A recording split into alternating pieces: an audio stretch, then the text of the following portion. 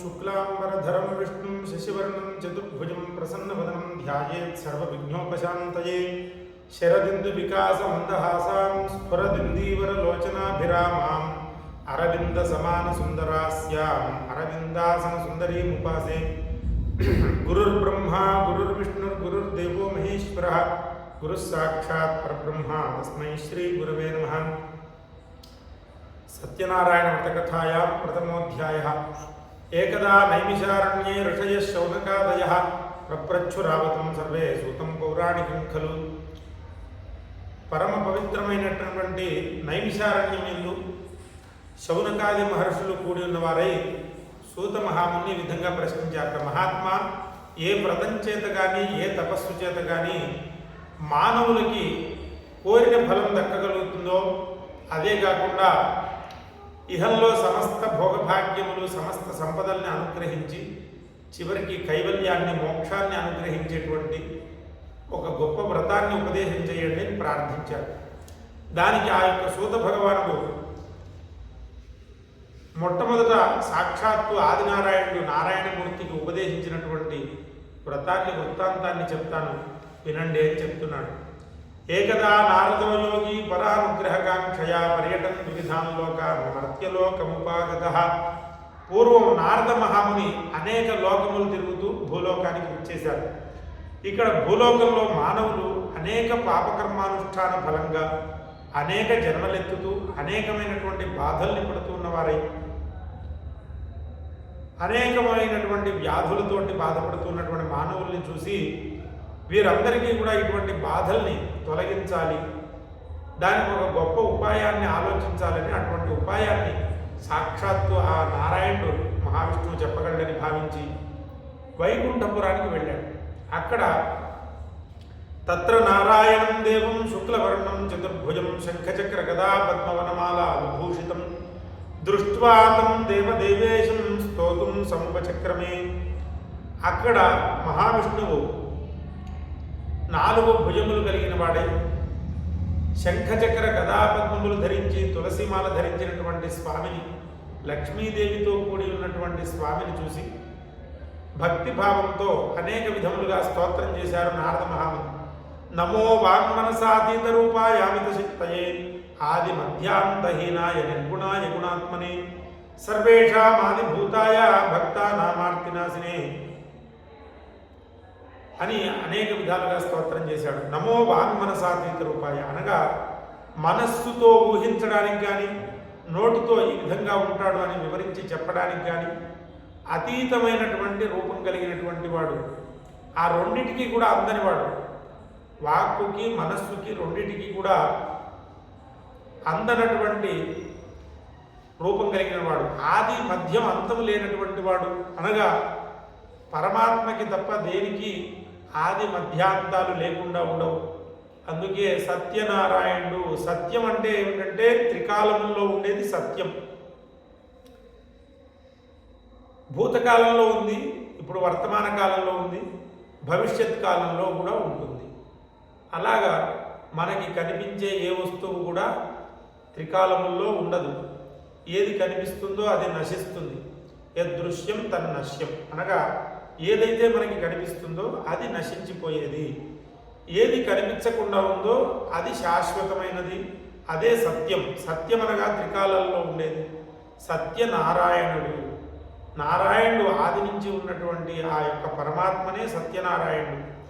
ఇటువంటి సత్యనారాయణుని అనేక విధములుగా ఆ స్వామి నారదుడు ఆది నారాయణుని స్తుతి చేశాడు. అమితమైన శక్తి గలవాడ అంటే పరమేశ్వరుడికి అనగా ఈ యొక్క పరమాత్మకి షడ్గుణములు ఉంటాయి. ఆ షడ్గుణములు ఉన్నవాడిని భగవంతుడు అంటారు. అటువంటి 6 గుణములు కలిగినటువంటి వాడు సత్యనారాయణుడు. ఏమిటవి అంటే జ్ఞానము, శక్తి, తేజస్సు, వీర్యమనగా పరాక్రమం. ఆయన ముందు ఎటువంటి రాక్షసుడు కూడా నిలబడలేడు. అది కూడా ఆయన అవతారానికి సంపూర్ణమైన పరమాత్మ కాదు, పరమాత్మ ఎత్తినటువంటి అవతారంలోనే ఎటువంటి రాక్షసులనైనా సంహరించేటువంటి గొప్ప శక్తి కలిగిన వాడు. తరువాత జ్ఞానం, అఖండమైన జ్ఞానమే పరమాత్మ రూపం. అందువల్ల ఇటువంటి 6 లక్షణాలు ఉన్నవాడిని భగవంతుడు అంటారు. అటువంటి ఈ భగవంతుడు పరమాత్మనే సత్యనారాయణుడు. అటువంటి ఆ నారాయణమూర్తిని అనేక విధములుగా స్తుతి చేసి నమస్కరించాడు. నిర్గుణాయ గుణాత్మని, ఆయన పరమాత్మకి ఎటువంటి గుణములు లేవు. ఆ గుణములన్నీ ఎప్పుడు కలుగుతాయి అంటే ఒక అవతారం ఎత్తినప్పుడు అనేకమైన గుణములు కలుగుతాయి ఆయనకి. అటువంటి శుభ గుణములు కలుగుతాయి ఆయన అవతారంలో. నిర్గుణాయ గుణాత్మని, అగణిత గుణగణ అన్నారు త్యాగరాజస్వామి. అంటే లెక్క పెట్టలేనన్ని సుగుణములు కలిగిన వాడు అవుతాడు ఆయన అవతారం ఎత్తినప్పుడు. అటువంటి అవతారాలు ఏమీ లేకుండా ఉన్నప్పుడు ఎటువంటి గుణములు ఉండవు.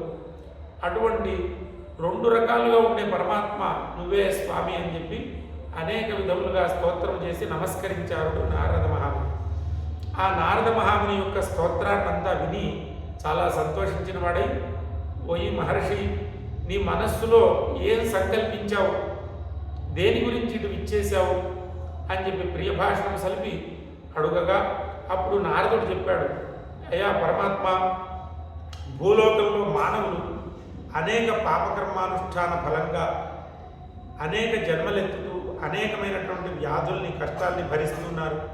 వారి యొక్క కష్టములన్నీ తొలగి సన్మార్గాన్ని చూపేది, మోక్షాన్ని అనుగ్రహించేదైన గొప్ప ఉపాయాన్ని తెలియజేయండి అని చెప్పగా అప్పుడు చెప్తున్నాడు, వ్రతమస్తి మహాపుణ్యం స్వర్గమర్త్యేషు దుర్లభం తవ స్నేహాన్ మయా వత్స ప్రకాశక్రియతేధునా.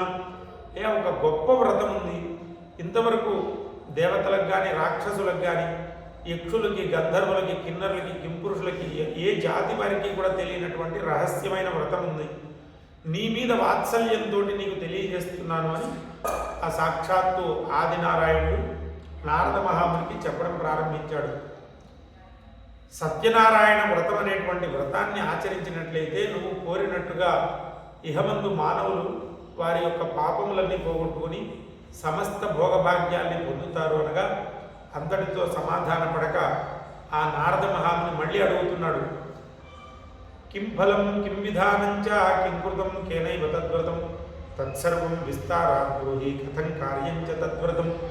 అయ్యా, దాన్ని ఫలమేమిటి, ఏ మాసంలో చేయాలి, దాని విధి విధానం ఏమిటి అంతా కూడా సవిస్తారంగా తెలియజేయండి అని ప్రార్థించాడు. మొట్టమొదట ఫలం అడిగాడు కాబట్టి భగవంతుడు చెప్తున్నాడు, దుఃఖ శోకాదిశమనం ధనధాన్య వివర్ధనం. అనగా దుఃఖాన్ని, శోకాన్ని రెండింటినీ కూడా పోగొట్టేటువంటి. దుఃఖం అంటే ఏమిటంటే మనస్సులో ఉండే దుఃఖం. శోకం అంటే అది బయటికి రావడం. శోకం అంటే మనందరికీ తెలిసిందే, కొంతమంది దుఃఖం ఎక్కువైనప్పుడు ఏడుస్తూ ఉంటారు, దాన్ని శోకం అంటారు. అటువంటి రెండింటినీ కూడా పోగొట్టేటువంటిది. తరువాత ధనధాన్యాదుల్ని వృద్ధి చేసేటువంటిది. సౌభాగ్య సంతతికరం, అనగా సౌభాగ్యాన్ని, సంతతిని కలిగించేటువంటిది. తరువాత సౌభాగ్య సంతతికరం సర్వత్ర విజయప్రదం, అన్ని కార్యాల్లో కూడా విజయాన్ని అనుగ్రహించేటువంటిది అయ్యా ఈ సత్యనారాయణ వ్రతం. మాఘేవా మాధవే మాసి కార్తికేవా శుభేదిని సంగ్రామారంభ వేళాయాం యదా క్లేశస్య సంభవ. ఎప్పుడు చేయాలి అనేటువంటి ప్రశ్నకి సమాధానంగా మాఘమాసం కానీ, మాధవ మాసం అనగా వైశాఖ మాసం కానీ, ఏదైనా ఒక శుభదినం రోజు కానీ ఈ వ్రతం చేయడం చాలా శ్రేష్టం అని చెప్పి, సంగ్రామారంభ వేళాయాం యుద్ధానికి వెళ్లే ముందు చేసినట్లయితే విజయం కలుగుతుంది అని చెప్పాడు. తరువాత ఈ వ్రత విధానం ఏమిటి అనగా, ఈ వ్రతం చేసేటువంటి మానవుడు ప్రాతకాలం మీద నిద్రలేచి శుచిర్భూతుడై స్నాన సంధ్యాదులు నిర్వర్తించుకుని శుద్ధమైన మనస్సుతోటి భగవంతుడి ముందర నుంచుని స్వామిని యొక్క వ్రతాన్ని చేయడానికి సంకల్పించారు, అనుగ్రహించమని ప్రార్థించాలి స్వామివారిని. తరువాత ఆ రోజు ఆయన కాలకృత్యములన్నీ నెరవేర్చుకుని సాయంకాలం వరకు మనం రోజు చేసుకునేటువంటి పనులు చేసుకుని సాయంకాలం వరకు ఉపవాసం ఉండి యజేద్దేవం నిశాముఖే, ఆ పరమాత్మని సాయంత్రం అవుతుండగా ప్రదోష సమయంలో ఈ వ్రతం చేయడం శ్రేష్టం అని చెప్పబడింది. ఆ విధంగా వ్రతం చేసినట్లయితే చాలా ఉత్తమమైనటువంటి ఫలం ఉంటుంది అలాగ కుదరని వాళ్ళు చిట్ట చివరిగా ఏం చెప్పాడంటే యస్మిన్ కస్మిన్ దినేమర్త్య భక్తి శ్రద్ధ సమన్విత అని కూడా చెప్పాడు. అందువల్ల ఈ యొక్క సాయంకాలం కానీ కార్తీక మాసం మాఘమాసం ఇవన్నీ కూడా ఏకాదశి పూర్ణిమ రవి సంక్రమణం అనేటువంటి తిథులు కానీ చాలా శ్రేష్టమైనటువంటివి. ఇవన్నీ కుదరినప్పుడు ఎప్పుడైనా సరే భక్తి శ్రద్ధలతో చేయవచ్చు. ఏదన్నా ఒక శుభకార్యం చేసుకున్నప్పుడు కూడా ఈ వ్రతాన్ని చేయవచ్చు అని చెప్పబడింది. మరి ఈ వ్రత విధానం చెప్తున్నాడు. మన గృహంలో ఈశాన్యంలో కానీ ఉత్తరంలో కానీ ఒక దేవతాస్థలం యందు గోమయంతో శుభ్రపరిచి చక్కటి ముగ్గులతో అలంకరించి దివ్యమైన రమ్యమైన మండపం ఏర్పాటు చేసుకుని ఆ మండపం మీద ధాన్యరాశి నుంచి అక్కడ సుదృఢం నూతనం కలశం అనగా ఒక మంచి దృఢమైనటువంటి కొత్తదైన కలశాన్ని రాగిది కానీ ఇత్తడిది కానీ బంగారంది కానీ తుదకు మట్టిదైనా పర్వాలేదు మన శక్తిని అనుసరించి ఒక కలశాన్ని పెట్టుకుని ఆ కలశం యందు గంగాజలం కానీ ఇతరత్ర నదీ జలాన్ని కానీ పోసి పంచ పల్లవాలు పంచగవ్యములు అనేకమైన సుగంధ ద్రవ్యములు అవన్నీ కూడా ఉంచి ఆ కలశం యందు పూర్ణ ఫలాన్ని దాని మీద పెట్టి నూతన వస్త్రంతో అలంకరించి ఆ దేవదేవుడైనటువంటి సత్యనారాయణమూర్తిని అంతకంటే ముందు అగ్రత కలశే దేవం వరుణం పృథకర్చయం ఆ కలశంలో సకల తీర్థాలకి అధిపతి అయినటువంటి వరుణదేవుణ్ణి ఆవాహన చేసి ఆ తర్వాత సపరివారుడైనటువంటి సత్యనారాయణమూర్తిని అంతేకాకుండా ఆయన పరివారమైనటువంటి నవగ్రహములు దిక్పాలకులు లోకపాలకులు ఇలాగా పరివారాన్నంతా కూడా ఆ మంటపం మీద ఆవాహన చేసి కలశంలో సత్యనారాయణుని కలశం మీద అర్ధకలశం కానీ పావుకలశం కానీ చివరికి ఎంతో కొంత శక్తిని అనుసరించి ఒక చిన్న బంగారపు సత్యనారాయణ మూర్తి ప్రతిమని చేసి దాన్ని కలశం మీద ఉంచి పంచామృతములతో అభిషేకించి శుద్ధి చేసి కలశం మీద ఉంచి దేవదేవుడైనటువంటి సత్యనారాయణుని పరివారాన్ని షోడశోపచారములతో పూజ చేసి అనేక ద్రవ్యములు భక్ష్యములు పంచామృతములు ఫలములు ఇవన్నీ కూడా ఆయన నివేదన చేయడమే కాకుండా ఆయనకి ఇష్టమైనటువంటి గోధుమను ఒక ప్రసాదాన్ని భక్తితో నివేదన చేసి షోడశోపచారములు పూర్తి చేసి నృత్య గీతాధికం చరేది అనగా పాటలు పాడి నృత్యము చేసి అనేక విధములుగా స్వామిని సేవించవలెను. ఈ విధంగా ఏ మానవుడైతే ఈ వ్రతాన్ని చక్కగా అనుష్ఠించి తరువాత ఒక ఉత్తమమైన గృహస్థు అయినటువంటి బ్రాహ్మణునికి యొక్క మంటపాన్ని దానం చేసి ఉత్తమ విధానంలో బంధువుల్ని బ్రాహ్మణుల్ని పిలుచుకొని ఈ వ్రతం చక్కగా అనుష్ఠించినటువంటి మానవుడికి ఇహమందు సమస్త సంపదలు భోగభాగ్యములు అన్నీ కలగడమే కాకుండా చివరికి స్వామి యొక్క సాన్నిధ్యాన్ని కైవల్యాన్ని మోక్షాన్ని పొందగలుగుతాడని చెప్పేసి మనకి స్కాంద పురాణంలో తెలియజేయబడుతోంది. స్కాంద పురాణే రేవాఖండే సత్యనారాయణ వ్రతకథాయా ప్రథమోధ్యాయ సమాప్త. శ్రీమద్ రమారమణ గోవింద గోవింద. సత్యనారాయణ భగవాన్ కీ జై. అథ కథా ప్రారంభ. అథ ద్వితీయోధ్యాయ. అథాన్యత్సం ప్రవక్ష్యామి శృణుధ్వముని సత్తమాః. కశ్చిత్ కాశీపురే రమ్యే ఆసీత్ విప్రోదినిర్ధనః. క్షుద్రుభ్యాం వ్యాకులో భూత్వా నిత్యం బభ్రామ భూతలే. పూర్వం కాశీపట్టణంలో ఒక బ్రాహ్మణుడు ఉండేవాడట. అతను వేదశాస్త్రములని అధ్యయనం చేసి కూడా ధనము లేకపోవడం వల్ల చాలా బాధపడుతున్నాడు. అటువంటి బ్రాహ్మణుని సత్యనారాయణమూర్తి ఒక వృద్ధ బ్రాహ్మణ రూపంలో ఆయన్ని సమీపించి, బ్రాహ్మణోత్తమ, నీవు మంచి బ్రాహ్మడిలాగా కనిపిస్తున్నావయ్యా, పండితుడిలాగా ఉన్నావు, ఎందుకు బాధపడుతున్నావు అనగా, అయ్యా నేను దినమంతా కష్టపడినా కూడా నా యొక్క కుటుంబాన్ని పోషించుకునే ధనం సంపాదించలేకపోతున్నాను, మిగుల దరిద్రంతో బాధపడుతున్నానని చెప్పగా, అప్పుడు నేను ఒక వ్రతాన్ని ఉపదేశం చేస్తాను, నువ్వు అది అనుష్ఠించినట్లయితే నీ దారిద్ర్యం తొలగిపోయి నీకు సంపదలన్నీ కలగలవు అని ఉపదేశం చేశాడు. అంతటా ఆ పేద బ్రాహ్మడు స్వామివారికి వృద్ధ బ్రాహ్మణ రూపంలో ఉన్న సత్యనారాయణమూర్తికి పాదాభివందనం చేసి లేచేంతలో అంతర్ధానమైపోయాడు. అప్పుడు ఈయన సాక్షాత్తు సత్యనారాయణుడు నన్ను అనుగ్రహించడానికి వచ్చాడని పరమానంద భరితుడై ఆ యొక్క పేద బ్రాహ్మడు మరునాడు ఉదయం ఈ వ్రతం చేయాలని సంకల్పించి ఆ యొక్క ఆనందంతో నిద్ర రాకపోగా జాగరణ చేసి మరునాడు ఉదయం భిక్షపాత్ర భుజాన వేసుకుని వెళ్లే ముందు, ఓ సత్యనారాయణమూర్తి, ఈరోజు నువ్వు ఏ ధనాన్ని అనుగ్రహిస్తే ఆ ధనంతో నేను సత్యనారాయణ వ్రతం చేస్తాను అని నమస్కరించుకుని వెళ్ళాట.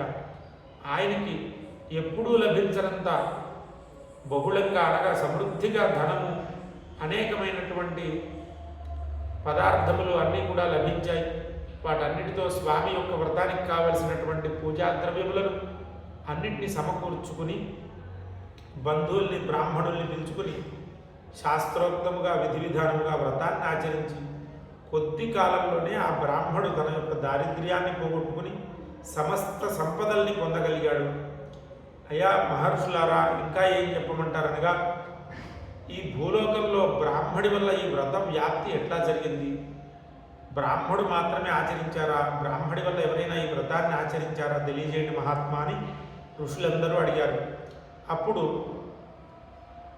ఆ యొక్క సూత భగవానుడు చెప్తూ ఉన్నాడు, ఒకానొక సమయంలో ఆ బ్రాహ్మడు ఈ వ్రతం ఆచరిస్తూ ఉండగా అక్కడికి ఒక పుల్లలు అమ్ముకునేటువంటి వాడు వచ్చాడు. వ్రతం అయ్యే వరకు ఉండి ఆ బ్రాహ్మడికి నమస్కరించి, ఈ వ్రతం ఏమి, దీని యొక్క వివరం తెలియజేయండి మహాత్మా అని చెప్పి ప్రార్థించాడు.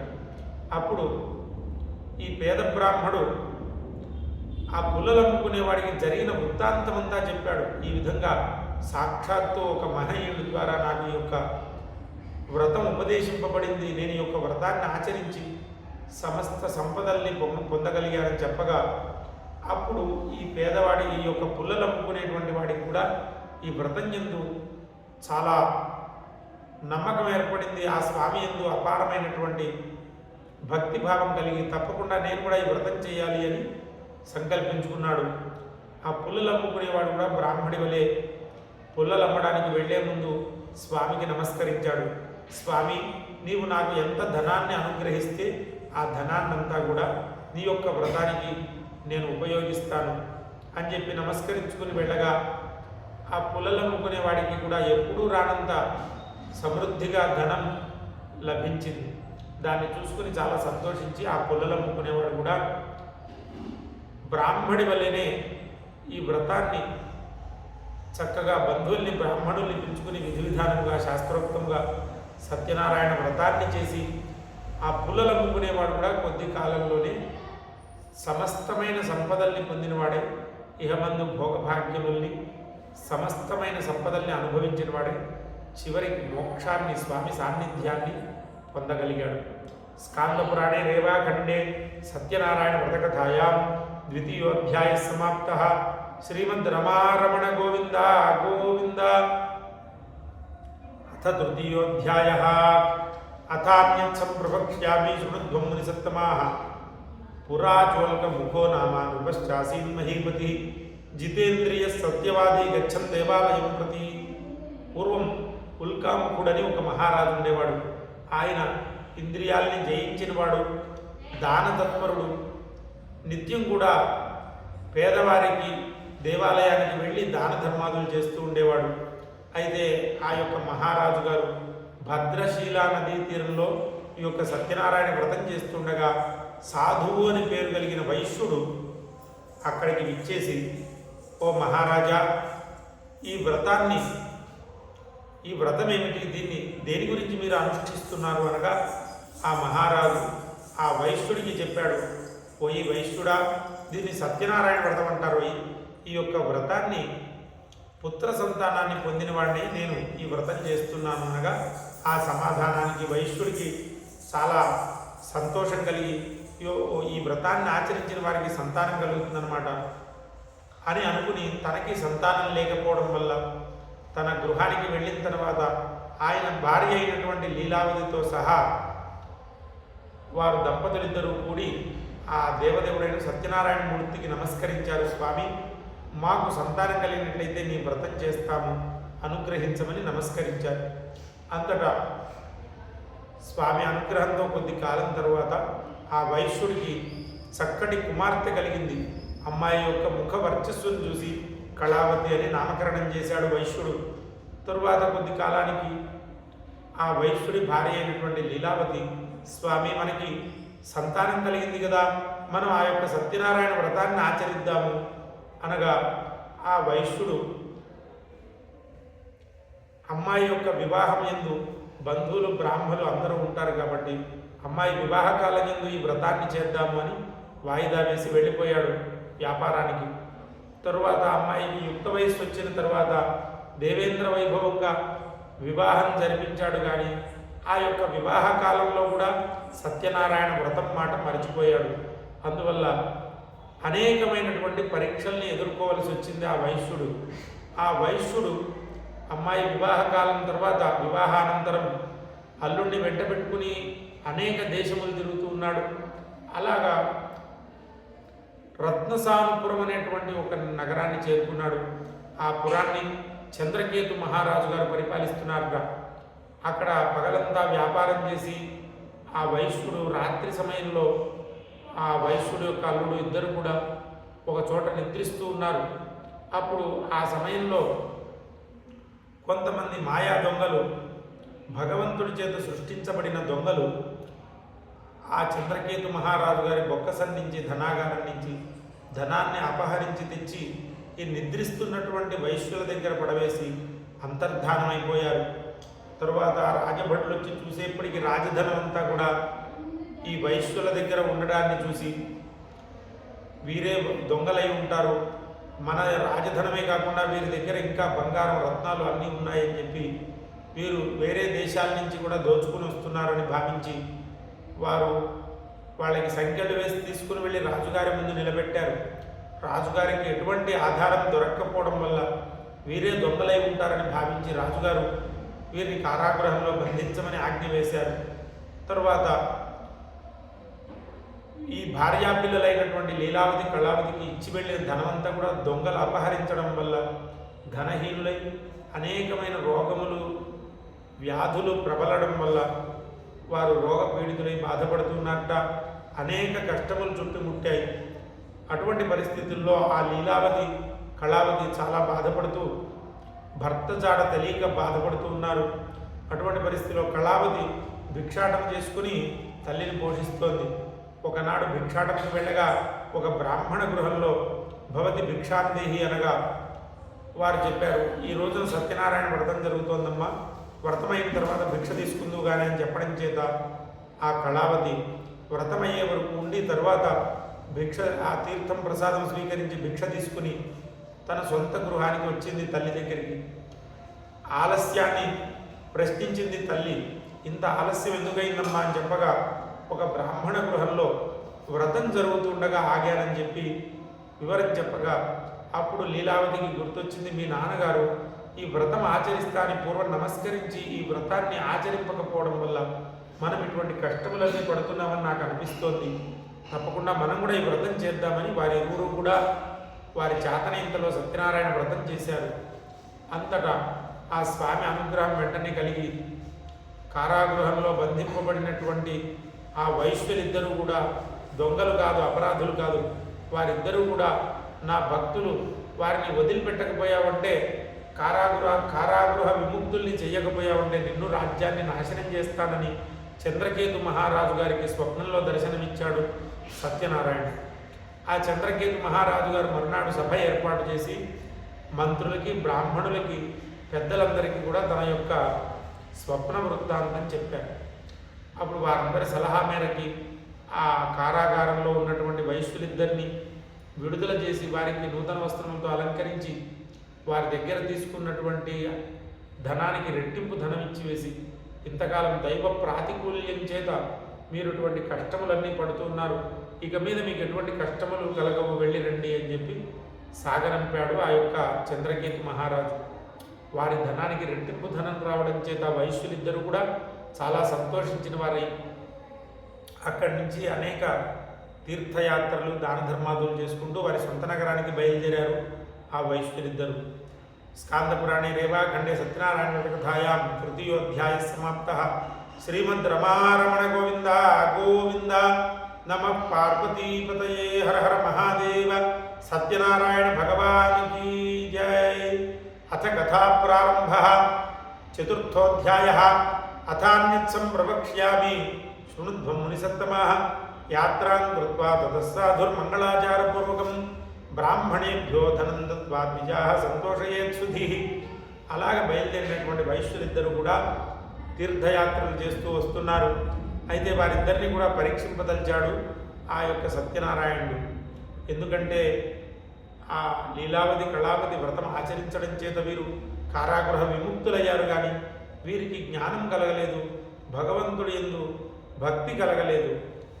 అంతేకాకుండా ధనం ఎప్పుడైతే మనకి వస్తుందో అప్పుడు అహంకారం ప్రారంభమవుతుంది. అందుకోసమే భగవంతుడు వీరు ధనం వచ్చిన తర్వాత అహంకారం లేకుండా ఉన్నాడా లేక అహంకారం వచ్చిందా అని చెప్పి పరీక్ష చేయడానికి ఒక సన్యాసి రూపంలో ధరించి సన్యాసి రూపంలో ఆ వైశ్యుల్ని సమీపించి, ఓ ఈ వైశ్యులారా, మీరు ఏ నగరం నుంచి వస్తున్నారు, మీ యొక్క పడవలో ఏమున్నది అని ప్రశ్నించాడు. ఆ వైశ్యుడు, ఓయి సన్యాసి, నీకు ధనం గురించి ఎందుకు, మా యొక్క పడవలో ఉన్నటువంటి ధనాన్ని బంగారాన్ని అపహరిద్దామని ఆలోచిస్తున్నావా? ఇందులో ఆకులు తీగలు తప్ప ఏం లేవు, వెళ్ళి రమ్మని చెప్పి ఆయన్ని అవమానపరిచి పరుషంగా మాట్లాడి పంపివేశాడు. సత్యం భవతు యథావచః, అనగా నువ్వేం చెప్పావో అది సత్యమవు కాక అని చెప్పి స్వామి అలాగా శపించి వెళ్ళిపోయాడు. దూరంగా ఒక చోట పద్మాసనం వేసుకుని యోగనిష్టలో ఉన్నాడు ఆ యొక్క సన్యాసి రూపంలో ఉన్న స్వామి. ఈ యొక్క వైశ్యుడు కాలకృత్యములు అన్నీ నెరవేర్చుకుని యథాలాపంగా సముద్రంలో ఉన్నటువంటి పడవ కేసి చూడగా నీళ్లలో తేలిపోతోంది. లోపల బంగారము ధనము ఉన్నటువంటి ఆ యొక్క పడవ నీటి మీద తేలిపోవడాన్ని చూసి ఆశ్చర్యాన్ని పొంది వైశ్యుడు లోనికి వెళ్ళి చూడగా నిజంగా బంగారం ధనమంతా ఆకులు తీగలుగా మారిపోయింది. ఆ దృశ్యాన్ని చూసి ఆ మామాళ్ళు ఇద్దరు కూడా బోరుమంటూ ఏడవసాగారు. అప్పుడు ఆ వైశ్యుడి యొక్క అల్లుడు మామగారిని ఊరడించి, ఇందాక ఆ మహాత్ముడు సన్యాసి వస్తే ఆయన్ని మనం పరుషంగా మాట్లాడి అవమానపరిచాం, ఆయన యొక్క శాపం వల్ల ఇలా జరిగినట్టుంది, మామగారు ఆయన దగ్గరికి వెళ్ళి వేడుకుందామని చెప్పి దూరంగా ఉన్న సన్యాసి రూపంలో ఉన్న సత్యనారాయణుని దగ్గరికి వెళ్ళి సాష్టాంగపడి నమస్కారం చేశారు. తరువాత మా అపరాధాన్ని మన్నించమని ప్రార్థించారు. అప్పుడు సన్యాసి రూపంలో ఉన్నటువంటి స్వామి చెప్పాడు, ఓయి వైశ్యుడా, నీవు పూర్వం సత్యనారాయణ వ్రతాన్ని ఆచరిస్తానని ఫలితాన్ని పొందిన తర్వాత విస్మరించావు, అందువల్ల అనేక కష్టముల పాలయ్యావు అని చెప్పగా అప్పుడు ఈయన సాక్షాత్తు సత్యనారాయణుడు అని తెలుసుకుని పాదాల మీద పడి, ఓ దేవదేవా, ఈ ప్రపంచం అంతా కూడా నీ మాయలో నిండి ఉన్నదయ్యా, బ్రహ్మాది దేవతలు కూడా నేను తెలుసుకోలేరు, నేను అల్పుణ్ణి, నన్ను మన్నించమని ప్రార్థించాడు వైశ్యుడు. అప్పుడు సత్యనారాయణుడు అతని యొక్క బంగారాన్ని ధనాన్ని మరలా ఎలా ఉన్నదే అలా ఉండేట్టుగా అనుగ్రహించి అంతర్ధానమైపోయాడు. అప్పుడు ఆ వైశ్యుడు తన ధనాన్ని చూసుకుని సంతోషించిన వాడై అక్కడి నుంచి అనేకమైన తీర్థయాత్రలు చేస్తూ సొంత నగరాన్ని చేరుకున్నాడు. అక్కడ దూత చేత భార్యా పిల్లలకి కబురు పంపించాడు. ఆ సమయానికి లీలావతి కళావతి వ్రతం ఆచరిస్తున్న వారై చాలా కాలం తర్వాత భర్త వచ్చాడనేటువంటి ఆనందంలో తీర్థప్రసాదం స్వీకరించకుండా సముద్ర తీరానికి వచ్చేశారు. దాంతో మరలా పరీక్ష చేస్తున్నాడు స్వామి. ఆ వైశ్యుడు ఉన్నటువంటి పడవ తీరాన్ని చేరుకుంది, కానీ అల్లుడు బంగారం ఉన్నటువంటి నావ తీరాన్ని చేరుకోలేదు, సముద్ర తీరానికి రాలేదు. చాలాసేపు ఎంతసేపు చూసినా కూడా ఆ వైశ్యుడికి అల్లుడు బంగారం ఉన్నటువంటి ఆ నావ సముద్ర తీరానికి రాకపోవడం చేత సముద్ర మధ్యలో బంగారంతో సహా అల్లుడు బంగారం అంతా కూడా సముద్ర గర్భంలో కలిసిపోయి ఉంటారు అని వారందరూ ఏడవసాగారు. వైశ్యుడు కూడా చాలా బాధపడుతున్నాడు. అటువంటప్పుడు ఆకాశవాణి వినిపించింది, ఓ ఈ వైశ్యుడా, నీ భార్యా పిల్లలిద్దరూ వ్రతం ఆచరించి తీర్థాన్ని ప్రసాదాన్ని విస్మరించడం వల్ల, తీర్థప్రసాదాలు తృణీకరించడం వల్ల ఇటువంటి కష్టం కలిగింది. తీర్థప్రసాదాన్ని స్వీకరించినట్లయితే అంతా శుభమవుతుందని చెప్పడంతో ఆ వైశ్యుడు కుటుంబం అంతా కూడా మరల గృహానికి వెళ్ళి స్వామిని సేవించి ఆ యొక్క తీర్థప్రసాదాన్ని స్వీకరించి సముద్ర తీరానికి వచ్చేప్పటికీ ఆ అల్లుడితో పాటు బంగారం ఉన్నటువంటి నావ తీరాన్ని చేరి ఉంది. ఆ దృశ్యాన్ని చూసి వైశ్యుడు ఆశ్చర్యాన్ని పొందినవాడే స్వామి యొక్క మహిమకి ఆశ్చర్యాన్ని పొంది ప్రతి మాసంలో పౌర్ణమి యొక్క సత్యనారాయణ వ్రతాన్ని చేస్తూ ఇహమందు సమస్త సంపదలు భోగభాగ్యములు అనుభవించిన వాడై చివరికి స్వామి సాన్నిధ్యాన్ని మోక్షాన్ని పొందగలిగాడు. స్కాందపురాణే రేవాఖండే సత్యనారాయణ వ్రతకథాయాం చతుర్థోధ్యాయ సమాప్త. శ్రీమద్ రమారమణ గోవింద గోవింద. సత్యనారాయణ భగవానికి జై. అథ కథా ప్రారంభ. అథాన్యత్ సంప్రవక్ష్యామి శృణుధ్వం మునిసత్తమాః. ఆసీత్ తుంగధ్వజో రాజా ప్రజాపాలన తత్పరః. పూర్వం తుంగధ్వజుడని మహారాజు ఉండేవాడు. ఆయన ప్రజలందరినీ కూడా కన్నబిడ్డల్లాగా పరిపాలిస్తూ ఉండేవాడు. ఆయన రాజ్యం అంతా కూడా రామరాజ్యంలాగా ఉందిట. అంటే రామరాజ్యంలో అందరూ ధనవంతులై ఉండేవారు. ధనవంతులు అవ్వడమే కాకుండా అందరూ వారి ధనం యందు సంతృప్తిగా ఉండేవారు. ఎవరు దొంగతనం చేసేవారు కాదు. అంతేకాకుండా ధనధాన్యాదులు, ఫలములు, పుష్పములు అన్నీ కూడా సమృద్ధిగా వస్తూ ఉన్నాయి. ఏ కాలంలో ఆ యొక్క కాలధర్మాన్ని, ఋతుధర్మాన్ని ప్రవర్తిస్తూ ఏ కాలంలో వచ్చేటువంటి వస్తువులన్నీ ఆ కాలంలో సమృద్ధిగా రావడం చేత ప్రజలందరూ కూడా చాలా సుఖ సంతోషాలతో ఉన్నారు. అయితే మరి ఆ మహారాజు గారు అరణ్యంలో ఉండేటువంటి మృగాలతోటి పురంలో ఉండేటువంటి పౌరులకి, పురంలో ఉండే ప్రజలందరికీ కూడా కొంత అశాంతి కలగడం చేత ఆయన వేటాడడానికి అరణ్యానికి వెళ్ళాడు. అక్కడ పగలంతా వేటాడి అలసిపోయినటువంటి మహారాజు గారు ఒక గొల్లవారి గూడెం దగ్గర విశ్రాంతి తీసుకుంటున్నారు. ఆ సమయంలో గొల్లలంతా కూడా సాయం సమయం అయిన తర్వాత ఒక మారేడు చెట్టు కింద ఈ సత్యనారాయణ వ్రతాన్ని చేస్తూ ఉన్నవారై అప్పుడు ఆ మహారాజు గారిని సమీపించి, మహారాజా ఈ వ్రతం చేస్తూ ఉన్నాం, సత్యనారాయణ వ్రతానికి మీరు ఇచ్చేయండి అని ఆహ్వానించారు. ఎందుకంటే మహారాజు తండ్రితో సమానం అన్నమాట. పంచపితరులు అంటారు. 5 పితరులు అంటే ఎవరెవరు అంటే రాజ్యాన్ని పరిపాలించే రాజుగారు, మొట్టమొదట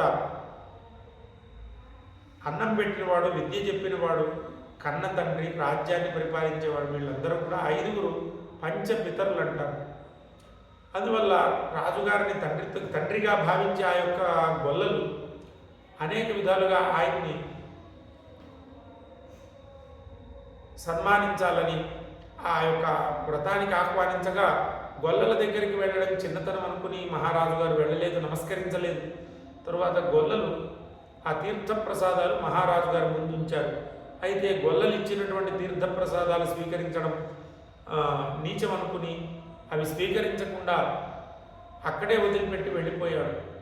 ఇటువంటి ఆ గొల్లల్ని చిన్న చూపు చూసి వెళ్ళిపోవడం చేత ఆ మహారాజు గారికి శాపం తగిలింది. ఆ మహారాజు తరువాతి కాలంలో శత్రువుల యుద్ధంలో 100 మంది పుత్రుల్ని పోగొట్టుకున్నవాడై, రాజ్యాన్ని పోగొట్టుకున్నవాడై, రాజ్యభ్రష్టుడై అరణ్యాలు పట్టుకుని తిరుగుతున్నట్ట. అక్కడ అరణ్యాల్లో ఉండే మహనీయుల్ని, పెద్దల్ని ఆశ్రయించి వారికి జరిగినదంతా చెప్పగా వారు దివ్య దృష్టితో చూసి, నీవు భగవంతుడి ఎందే కాకుండా భాగవతాపరాధం అనగా భగవద్భక్తుల యందు అహంకారంతో ప్రవర్తించావు కాబట్టి నీకు ఇటువంటి కష్టం కలిగిందనగా అప్పుడు ఆ మహారాజు తన తప్పిదం తెలుసుకుని మరలా అరణ్యానికి వెళ్ళి ఆ గొల్లలతో పాటుగా సత్యనారాయణ వ్రతాన్ని చేసి ఆ గొల్లలు ఇచ్చినటువంటి తీర్థప్రసాదాలని స్వీకరించి తన అపరాధాన్ని మన్నించమని ప్రార్థించాడు. తరువాత కొంతకాలానికి ఆ మహారాజు గారు తన పుత్రుల్ని, రాజ్యాన్ని, తరువాత అనేకమైన సంపదల్ని పొందినవాడై తన రాజ్యాన్ని ఇంకా పెద్దదిగా విస్తరించుకుని చాలా కాలం ధర్మబద్ధంగా పరిపాలన చేసి అఖండమైన యశస్సుని, కీర్తిని పొందినవాడై ఇహమందు సమస్త భోగభాగ్యములు, సంపదలు అనుభవించిన వాడై చివరికి స్వామి సాన్నిధ్యాన్ని, మోక్షాన్ని చేరుకున్నాడు. ఈ విధంగా విశేషత కలియుగే సత్యపూజ ఫలప్రద. సత్యనారాయణ వ్రతం కలియుగంలో విశేషమైన ఫలాన్ని ఇచ్చేటువంటిదిగా చెప్పబడింది స్కాంద పురాణంలో. ఈ యొక్క వ్రతం ఆచరించలేని వారు వ్రతం చూసినా వ్రత కథ విన్నా కూడా ఆమె అనుగ్రహం సంపూర్ణంగా కలుగుతుందని మనకి ఈ యొక్క పురాణం ద్వారా తెలుస్తోంది. అందువల్ల ఎవరికి చేతనైన ఉపచారం వాళ్ళు చేయవచ్చు. ఉపచారం అంటేనే ఒక సేవ అన్నమాట. మనం నిత్యం చేసుకునేటువంటి పనులు భగవంతుడికి చేయడమే ఉపచారం. అందువల్ల పూజించే వాళ్ళకి ఒక రకమైన ఫలితం ఉంటే, పూజకి సహకరించే వాళ్ళు, మాలలు కట్టేటువంటి వాళ్ళు, తర్వాత ఆ మంటపాన్ని అలంకరించేవారు, వీరందరికీ కూడా సత్యనారాయణ పూజలో ఫలితం ఉంటుంది. అందువల్ల కర్త కారయిత చైవ ప్రేరకశ్చ అనుమోదక సుకృతే దుష్కృతే చైవ చత్వార సమభాగిన. అనగా ఒక మంచి పని కానీ చెడ్డ పని కానీ చేసినవాడు, చేయించినవాడు, తర్వాత చేయమని ప్రోత్సహించిన వాళ్ళకి, తర్వాత వాడిని అనుసరించి సహాయం చేసిన వాళ్ళకి అందరికీ కూడా దాంట్లో భాగం ఉంటుంది. నలుగురు సమభాగాన్ని పొందగలుగుతారని చెప్తోంది శాస్త్రం. అందువల్ల ఈ యొక్క సత్యనారాయణ వ్రతాన్ని ఏ విధంగా మనం సహాయం చేసినా ఆ స్వామి అనుగ్రహాన్ని పొందవచ్చు అనడంలో అతిశయోక్తి లేదు. ఇందులో ఒక్కొక్క అధ్యాయంలో ఒక విశేషం ఉంటుంది. పురాణం అనేది మనకి దాని వెనక ఒక మంచి విషయాన్ని తెలియజేస్తుంది. పురాణాన్ని పురాణంగా చూడకూడదు, దాని వెనక ఉన్న మర్మాన్ని మనం తెలుసుకోవాలి.